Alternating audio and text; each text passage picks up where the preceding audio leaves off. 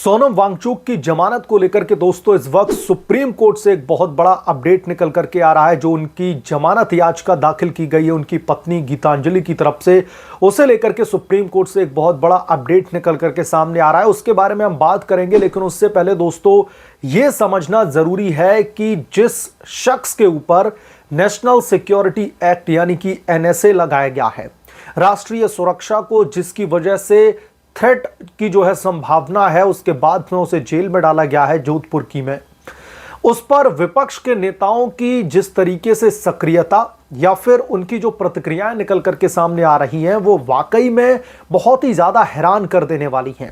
राहुल गांधी से लेकर के तमाम कांग्रेस पार्टी के नेता या फिर अरविंद केजरीवाल भी इस श्रेणी में शामिल हो चुके हैं। इन्हें ऐसा लग रहा है कि सोनम वांगचुक के खिलाफ में केंद्रीय गृह मंत्रालय है उसकी तरफ से जो एक्शन लिया गया है वो सीधे सीधे लोकतंत्र पर कुठाराघात है। सोनम वांगचुक की freedom of speech and expression पर सीधे तौर पर अटैक है।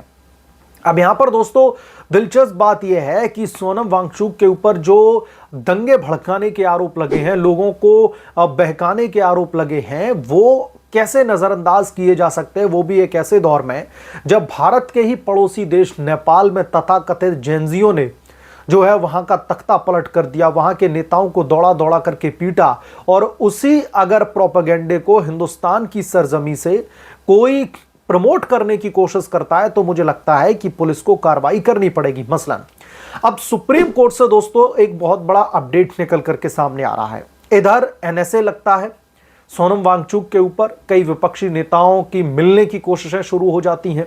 राहुल गांधी तो विदेश ही निकल लेते हैं, पता नहीं कौन सी स्ट्रेटजी के तहत।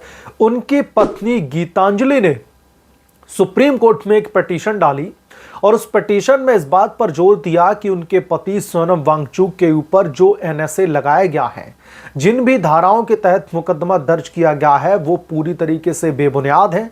और जैसे कि विपक्षी नेता कह रहे हैं वही बात सोनम वांगचुक की पत्नी गीतांजलि ने भी कहा कि उनकी फ्रीडम ऑफ स्पीच और एक्सप्रेशन के ऊपर यह सीधे तौर पर कुठाराघात है। और उन्होंने सुप्रीम कोर्ट से गुहार लगाई थी कि इन तमाम धाराओं को, इन तमाम केस को बेबुनियाद करार देते हुए उन्हें तत्काल रूप से जेल से रिहाई जो है दी जाए।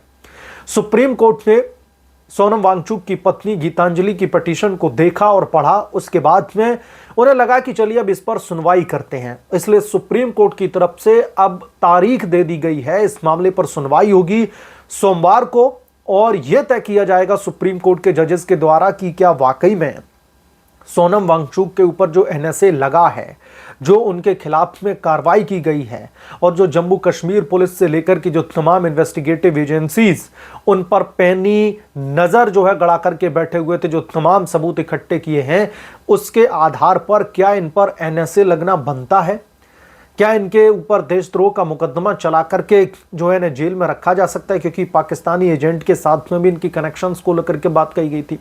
तो अब सुप्रीम कोर्ट दोस्तों सोमवार को इस बाबत सुनवाई करेगा और फैसला लेगा कि सोनम वांगचुक को जेल में रखा जाए या फिर इनकी जो रिहाई वाली याचिका है उसको मंजूरी देते हुए इनको जो है जेल से रिहा कर दिया जाए। अब दोस्तों यहां पर समझने वाली बात यह है, ये तो कोर्ट अपने जो है तमाम डिसीजंस जिरह के बाद में लेगा। सरकार की तरफ से जो वकील पेश होंगे, जो सॉलिसिटर जनरल जो है पेश होंगे, वो सोनम वांगचुक के खिलाफ में क्या बड़ी दलीलें पेश कर सकते हैं और कैसे ये दलीलें सोनम वांगचुक के लिए एक बहुत बड़ी कठिन परीक्षा बनने वाला है। क्योंकि फिलहाल जो चीजें दोस्तों दिखाई दे रही हैं वो वांगचुक के खिलाफ में ज्यादा हैं, बल्कि उनके सपोर्ट में कम।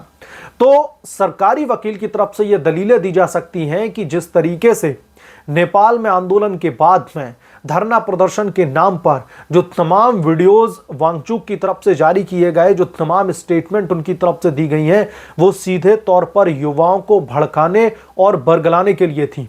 बहुत सारी ऐसी वीडियो निकल करके सामने आई है, आपने देखी होगी सोशल मीडिया पर, जहां पर सोनम वांगचुक के स्टेटमेंट कहीं ना कहीं युवाओं को प्रवोक करने जैसे थे। और उसके बाद में ये आगजनी की जो घटना है वो वहां पर एक विकराल रूप ले लेती है, जिसमें 4 से 5 लोगों की मौत हो जाती है, 80 से 90 लोग घायल हो जाते हैं। इस सब के पीछे जो है कौन था, यहां पर दोस्तों समझने वाली बात यह है कि सोनम वांगचुक की गिरफ्तारी को अवैध बताया जा रहा है, उनके ऊपर एनएसए लगाया गया उसको भी बेबुनियाद करार देने की कोशिश की जा रही है, सुप्रीम कोर्ट में गुहार लगाई जा रही है। लेकिन जिन 4 लोगों ने अपनी जिंदगियां खो दी हैं, उसका जिम्मेदार कौन है? क्या उसका जिम्मेदार सोनम वांगचुक नहीं है? क्या उनकी तरफ से भड़काई गए ये बयानबाजी या फिर उनके स्टेटमेंट नहीं है? जो 80 से 90 लोग घायल हुए हैं, क्या उसके लिए सोनम वांगचुक को जिम्मेदार नहीं ठहराया जाना चाहिए?